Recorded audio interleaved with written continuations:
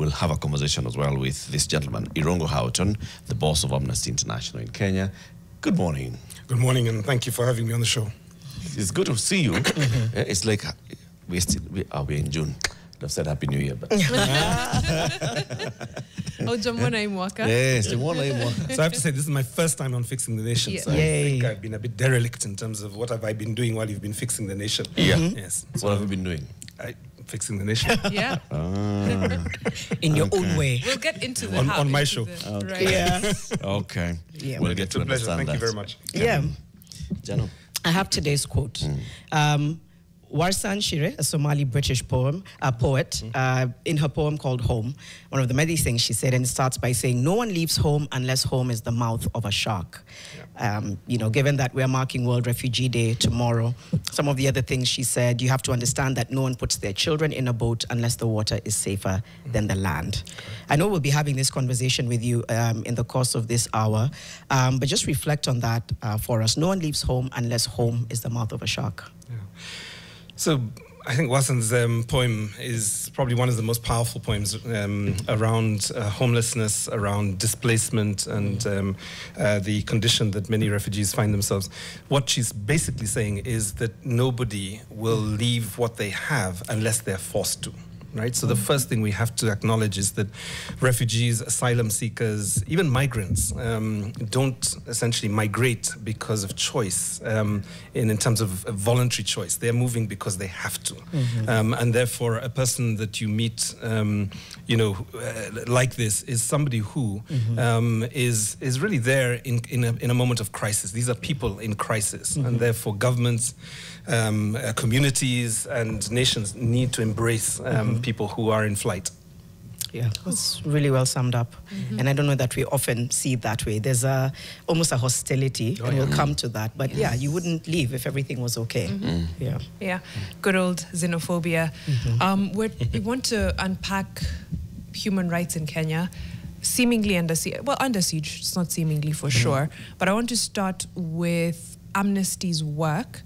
And what exactly it entails, because we see reports, we see statements, but what exactly does Amnesty International do? Yeah. So Amnesty International is an investigative campaigning organization globally. We have 70 sections across the world. Kenya is one of them. We are now no longer an office of the International Secretariat. We are a fully fledged, democratically governed Amnesty. And what that means in reality is that we have about 1,600 members. They every year nominate delegates to an annual delegates conference who then decide our budgets. They look over what we've done in the year, and they pass judgment on the capacity of the Secretariat, which I lead. We have a board that is fully made up of Kenyans now. They're elected from the members, and in that sense, we're much more of an association than a non-governmental organization. About 50% of our budget comes from individuals all over the world who give, including Kenyans, who donate to our work, and people can do this as you're listening. There is a website, amnestykenya.org. You can give, you can become a member. And the remaining funding that we have is from foundations. So Amnesty does not receive government money for our campaigns or for research or even for our governance processes. We receive a very limited amount of bilateral funding for human rights education work, which we do in schools. But that's Amnesty. Yeah, which gives that bandwidth and freedom to really speak on issues. I want to pivot into what we're witnessing now. Strange question I have, but the abductions and torture and extrajudicial killings and injustices that we're seeing in Kenya, is it quote-unquote business as usual, or do you feel like we're moving into a new territory that's bordering on out of control?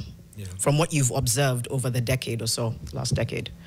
Yeah, I mean, it's so let me start with the Cabinet Secretary of the Ministry of Interior's comments and the call for police reforms, because I think that as the relatively most senior government officer who's responsible for ensuring that we don't see enforced disappearance, we don't see killings.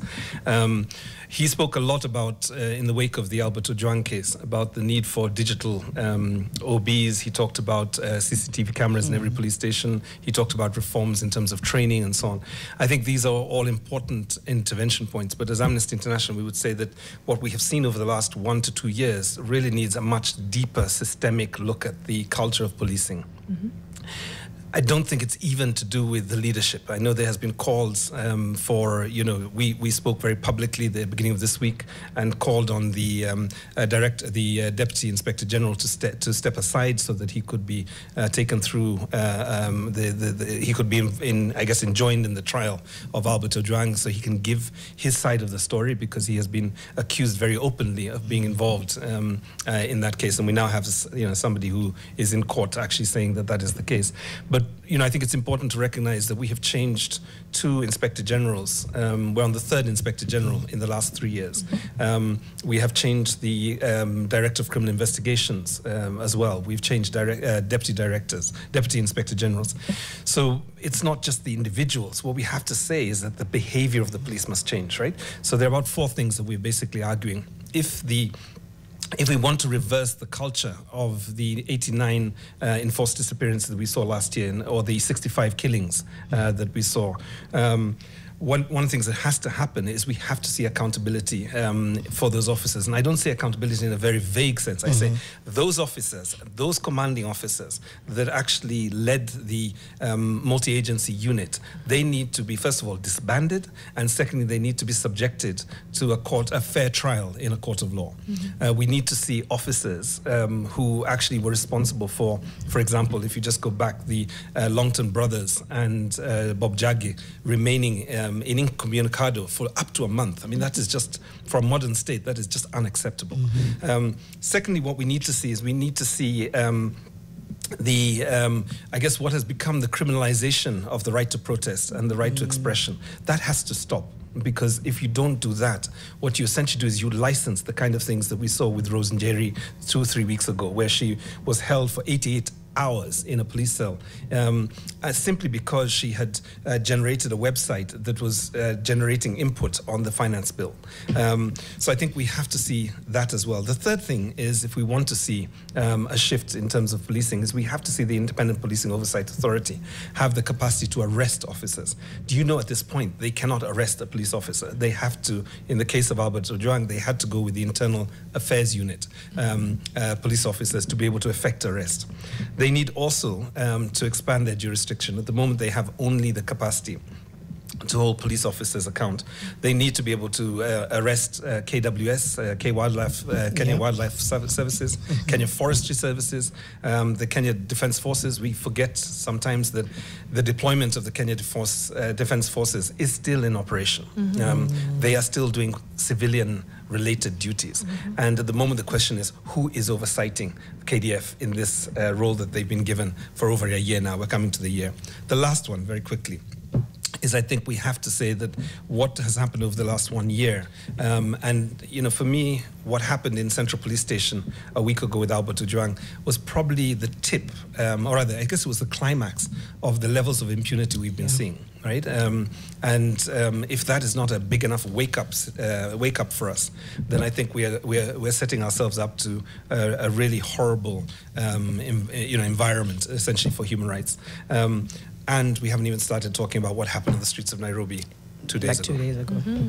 So for all these things to happen, what needs to happen for us to realize the 4? So there are probably 3 things. One is there needs to be a sense of enlightened self-interest on the part of state officers. State officers have to understand that if they do not follow the rule of law, they will individually be held culpable. I mean, one of the things that's happened also, besides the human rights violations that we've seen, is that we've seen a number of court judgments that have actually ruled against the National Police Service for essentially breaking the law, and in some cases for officers committing serious crimes.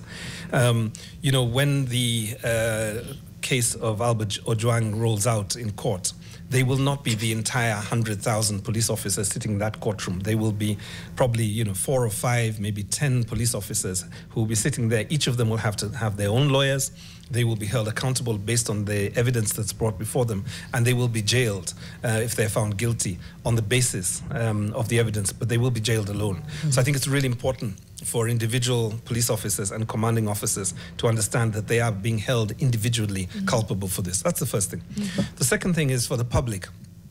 I think we have to see greater interest in human rights. I keep saying that, many of us who do this work, yes, we do this work within the context of the Independent Medical Legal Unit, or in the context of the Law Society of Kenya, or the Kenya Human Rights Commission, or Amnesty International. But ultimately, first and foremost, we are Kenyans. We are citizens.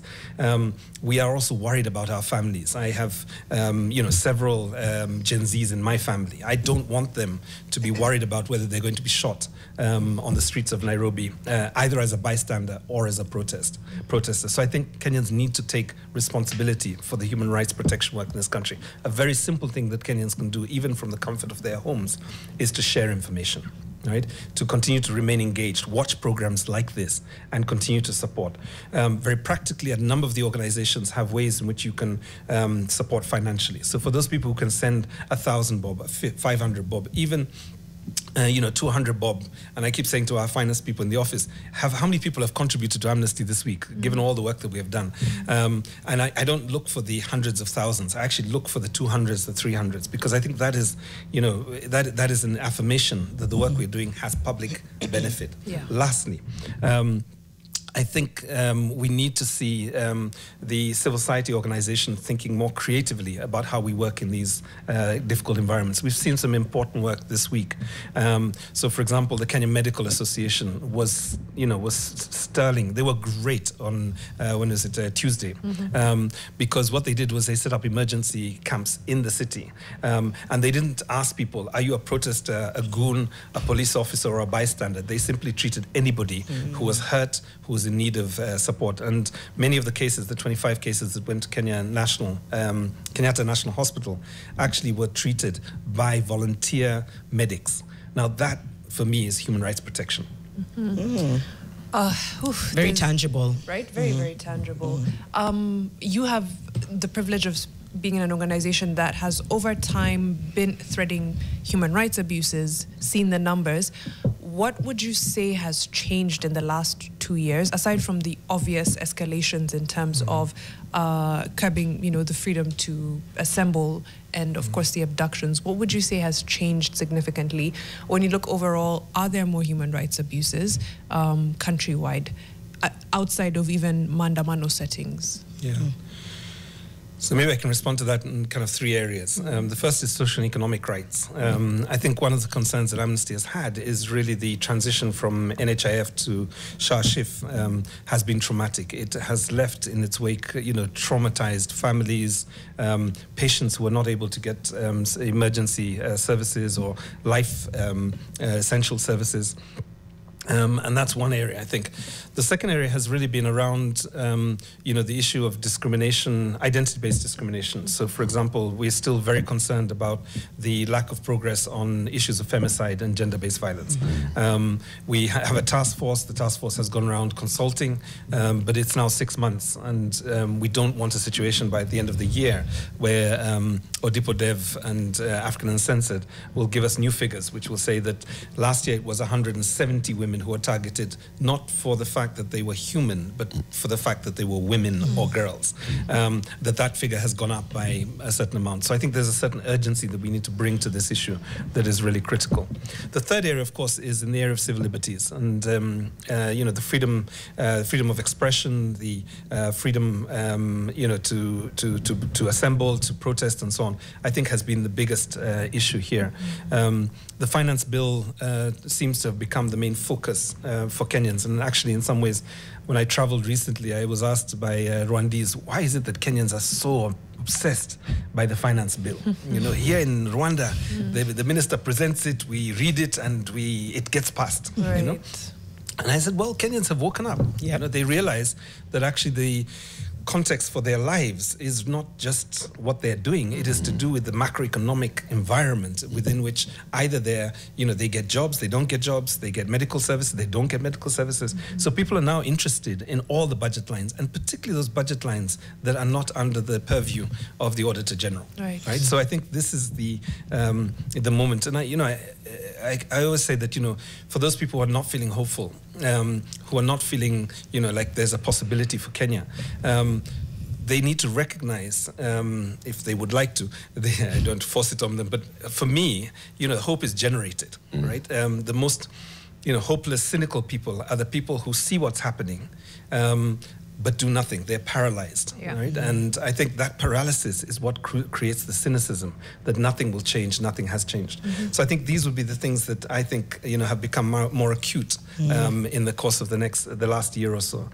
Maybe particularly some of the figures. Missing Voices speaks to the issue of enforced disappearances and extrajudicial killings. Right. One of the findings from the 2024 report was that enforced disappearances have gone up 5 times in the last year or so, right? And I think we have to say that policing by abduction is not lawful, and it needs to be criminalized.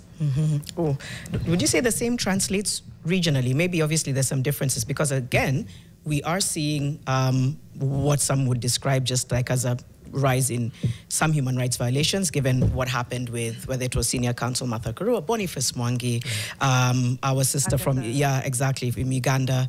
Would, just based on what you've outlined in terms of what has escalated, how does that compare to what's also going on regionally? Yeah. So if we were to do the comparison, we would probably still recognize that we are in a better space than many of our neighbors. I mean, just to give you some of the examples. Tanzania, which of course now has become a major concern for Kenyans because of the treatment of Agatha Atuhire and also Boniface Mwangi and the 6 others who were deported. So now we're very closely following what's happening in Tanzania. They have a situation where at least 100 people have been abducted, many of them still not been returned. There is we started looking more closely at the legal framework, and I remember, at the time that we were looking for Boniface and Agatha, looking over press releases that we were putting out to raise awareness, to pressurize the government to release them, and we had this phrase. They must be subjected to the rule of law in Tanzania. And then I had to correct that because the rule of law in Tanzania is actually quite anti-human rights based. Just to give examples, the magistrates, the judges, they're appointed by the president. There's no separation of power. There's no independence of the judiciary. More recently, I think in the last 1 week, we've seen the government target very specifically religious leaders, right? So the Catholic Secretary General of the Episcopal Conference was almost beaten to an inch of his life about 6 weeks ago. Or Kwadima, the CCM representative, he's a member of parliament, but he also has a church with about 2,000 satellite churches across the country. He had his entire church enterprise shut down in one statement because he was critical of the violence that the state is using to essentially minimize, to reduce the space for political competition ahead of the elections. Now, which region in the world has all of the presidential candidates either in jail or on the run? Yeah. It's East Africa. In fact, Kenya is actually quite unique in the sense, if you take Raila as the main opposition figure now, of course, there's a broad-based government. In this country, we're probably unique in the region where, our most, famous opposition figure is actually a member, is part of a broad-based government, as they say. But the rest of the region is very different, right? Kizza Besigye is facing treason charges. Tundu Lissu is facing treason charges. So I think this is, it's a region in which we have to be able to demonstrate that Kenya remains an anchor state for the region. We are above the human rights violations and the misgovernance that we see in the region. And we don't get embroiled in some of the internal dynamics. So I think the expose that we saw a week ago on the gold for guns, which I think was an NTV documentary, has to be taken very seriously. Because once we get involved in what you call extractive relationships with the neighborhood and begin to do deals with the different factions, we lose our capacity to essentially provide leadership in the region and for the world. There was a similar one on Kenyan arms in Sudan. Yeah. Actually, that's the same one. That's the one. Oh, it's I've shortened it to gold for guns. Yes. Oh, I was like, you can use that. okay. No, I was like, hi.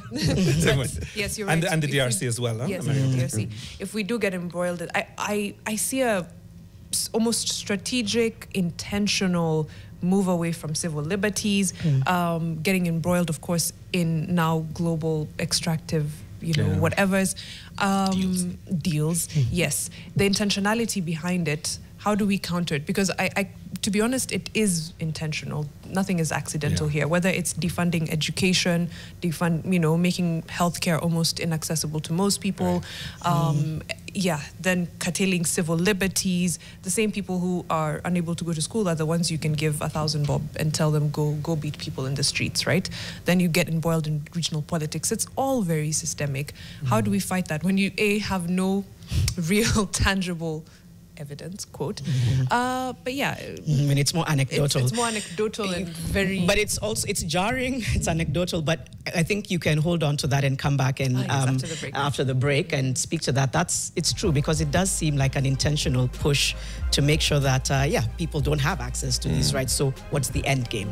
But yeah, we will come back in just a few moments, sample some of your feedback, and also speak to World Refugee Day in just a moment. It's coming up to 7:30.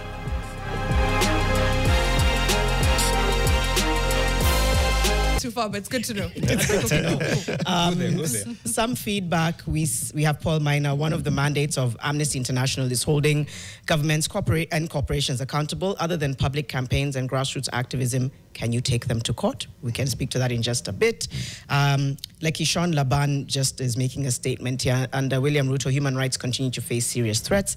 Activists targeted. Police brutality is rampant. Peaceful protesters face violent crackdowns. This regime is brutal. Yes, so we have quite a few of you sharing your feedback and your questions. Continue to do so, and we'll try and share those in the course of this conversation. So can you take them to court? We can, and we do. We have actually increased over the last, the last 2 years, we've increased our public interest litigation work.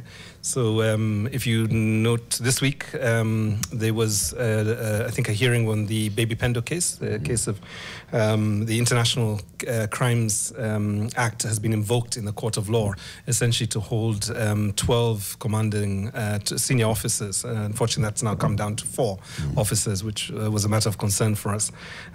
But we're in court basically seeking justice for Baby Pendo and 60 others. The officers are being charged under 47 counts of crimes against humanity going back to 2017. We're also in court this week with Sergeant Ahmed Rashid, who is being charged and is actually being prosecuted at the moment for the dual homicides of 2 young men in Eastleigh back in 2017. So we do this very regularly. The first thing that was being discussed 2 days ago was for those who remain non-violent, who were peacefully protesting and got arrested. How do we provide legal representation for them so that they don't languish in jails? And the Law Society of Kenya is extremely active, and maybe not, let me just put it this way, the members of the Law Society of Kenya are extremely active. We mostly see Faith Odhiambo. She is daring, she's courageous, she's diligent, but actually behind her and underneath her there are hundreds of lawyers that are just willing to go to court. They went to court in Mombasa. There were 4 protesters who had been arrested, and they were released by 6:30 with the with the intervention of the OCS of that police station. So I think legal action is increasingly becoming more important.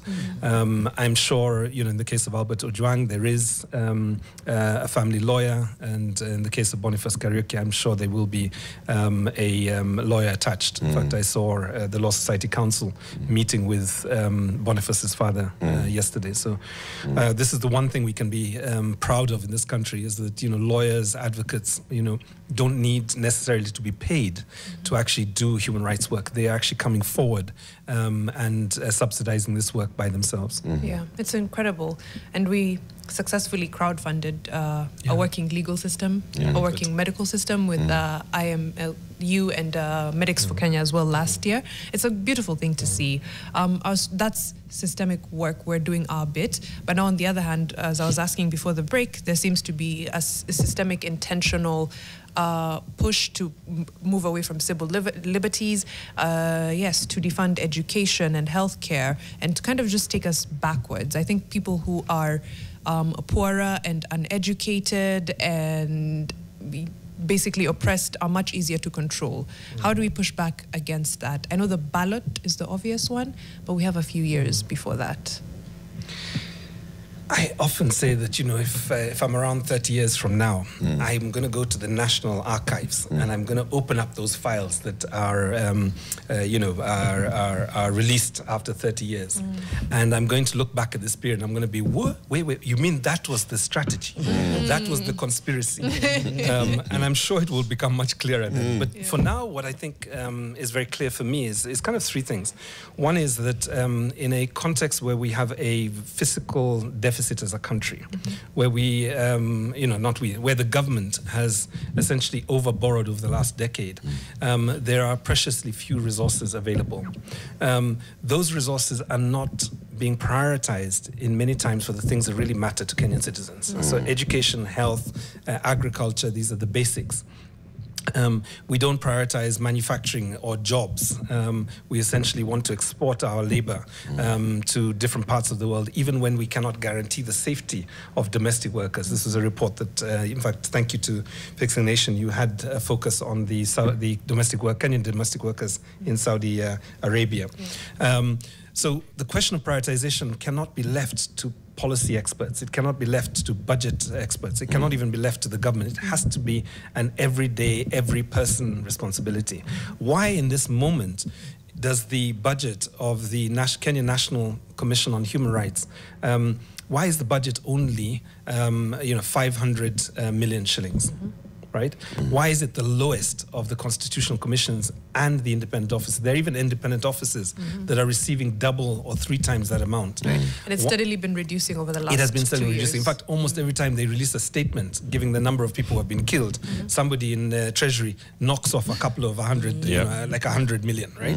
And I think we have to say as Kenyans that no, this is actually extremely dangerous, because ultimately, if you see the trajectory of where we're going, the increased human rights, and often there's a wonderful Tanzanian academic who described it in the context of Tanzania. He said, when one person's rights are violated, when one person is assaulted, it immediately touches at least 10 people.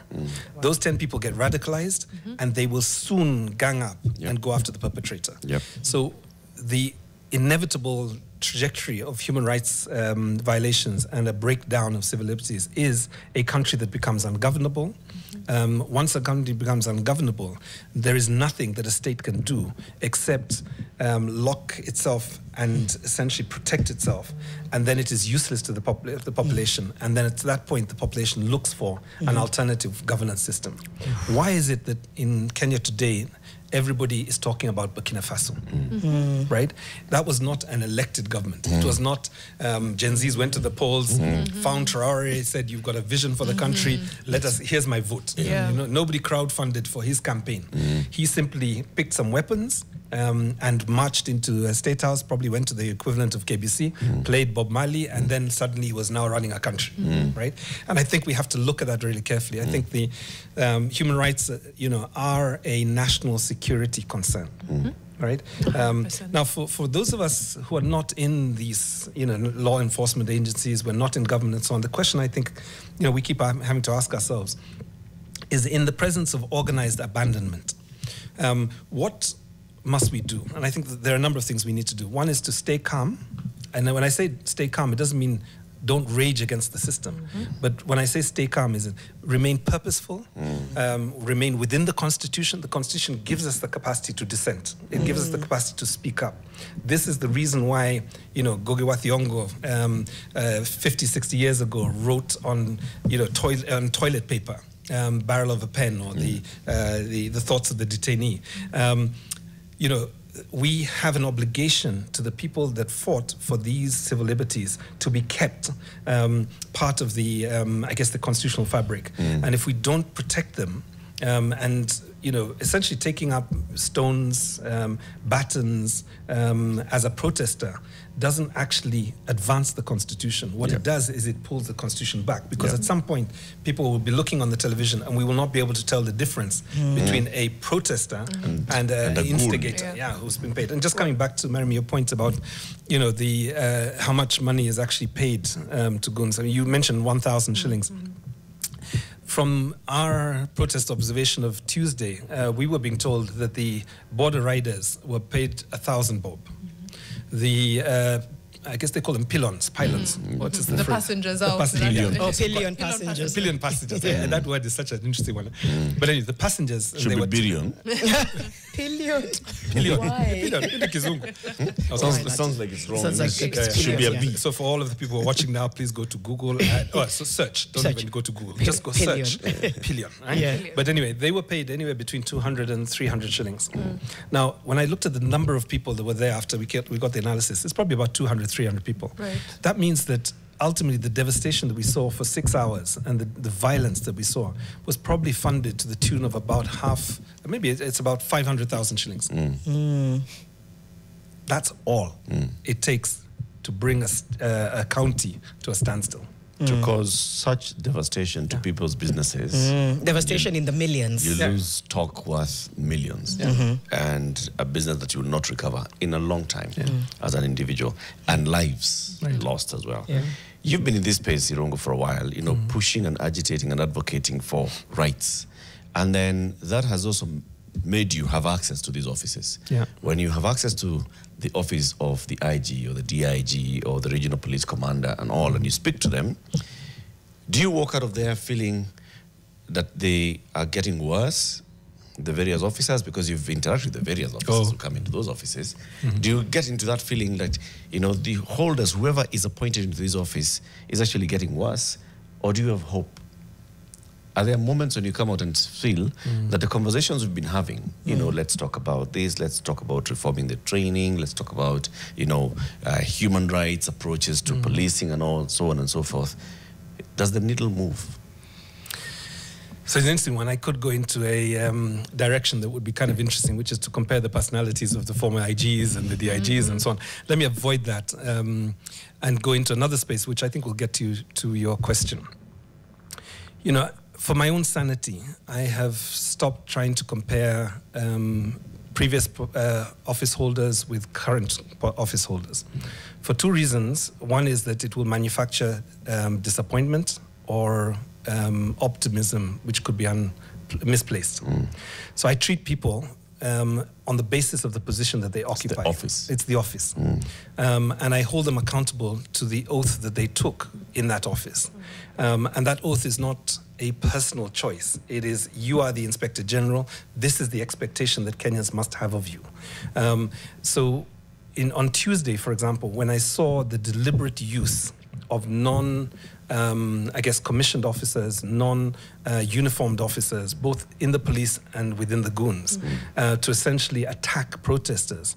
And I know that somehow that was not just a spontaneous, organic thing, but that there were politicians that gave them blessing, that potentially gave them, large amounts of money in terms of M-Pesa, and we still need to track those payments.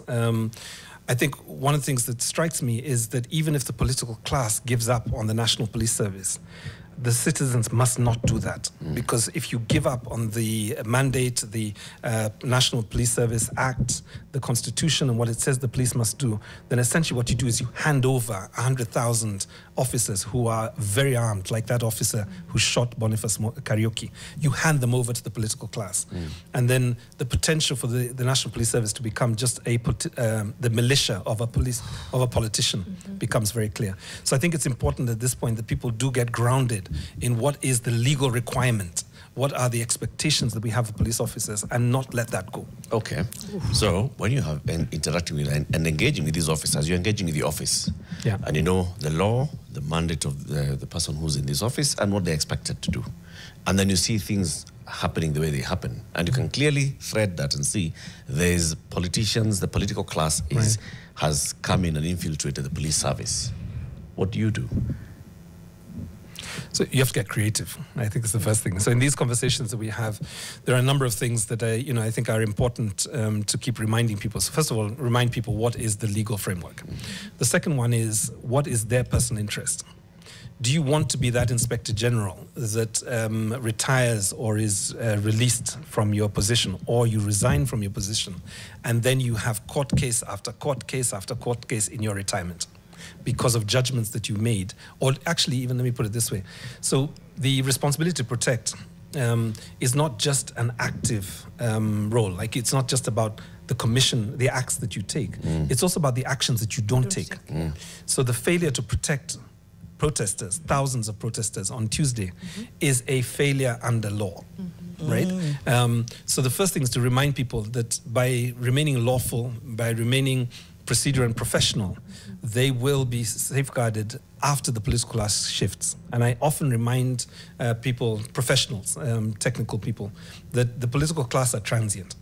Right? And, you know, we don't need to go more than 2 years to look at the anguish that we saw, you know, President Ruto, Deputy President Kithure Kindiki, Dennis Itumbi, Cleophas Malala. I could go through, I mean, there's at least 15 of the senior leadership of Kenya Kwanza that were hunted, they were arrested, they were subjected to humiliation, they were taken to court, the court cases were dragged, they were staged in terms of drama. Now, I'm not saying that they were necessarily not guilty of the things that were happening. I'm not pronouncing judgment on guilt or non-guilt. What I'm just saying is that when a police service can be weaponized against a person, nobody is safe. And by continuing that tradition into this administration, what they're doing is giving license to the next administration to come after them. See, that's where the problem is, Irungu. If you look back, no senior police officer is basically held to account. Well, I disagree. It's the political officers who move, but the political system remains. And the new ones who come in want to use that system the way it is for their own benefit. They'll just pluck We have someone seen, out. yes, there's that police boss leaves. I mean, you're bad, you DCI, you're bad, you go, we bring in another one, but that's it. You adopt the broken system. Yeah, they adopt the broken system. And because you're doing that, you do not want to open up the can of worms of what has happened before, because that will then expose and make sure that there are changes to the system, which will then not make you use the system. Which IG of police have we seen in court? Which DIG of police have we seen in court? Which DCI boss have we seen in court? It's the junior officers that we see going to court. Yeah, briefly, Irungu, then we'll just try and also ask you about refugees. So I think it's broadly true that we compound injustices administration over administration, right? But I would, you know, if there are any people in authority listening to us this morning, I would just remind them of a couple of cases.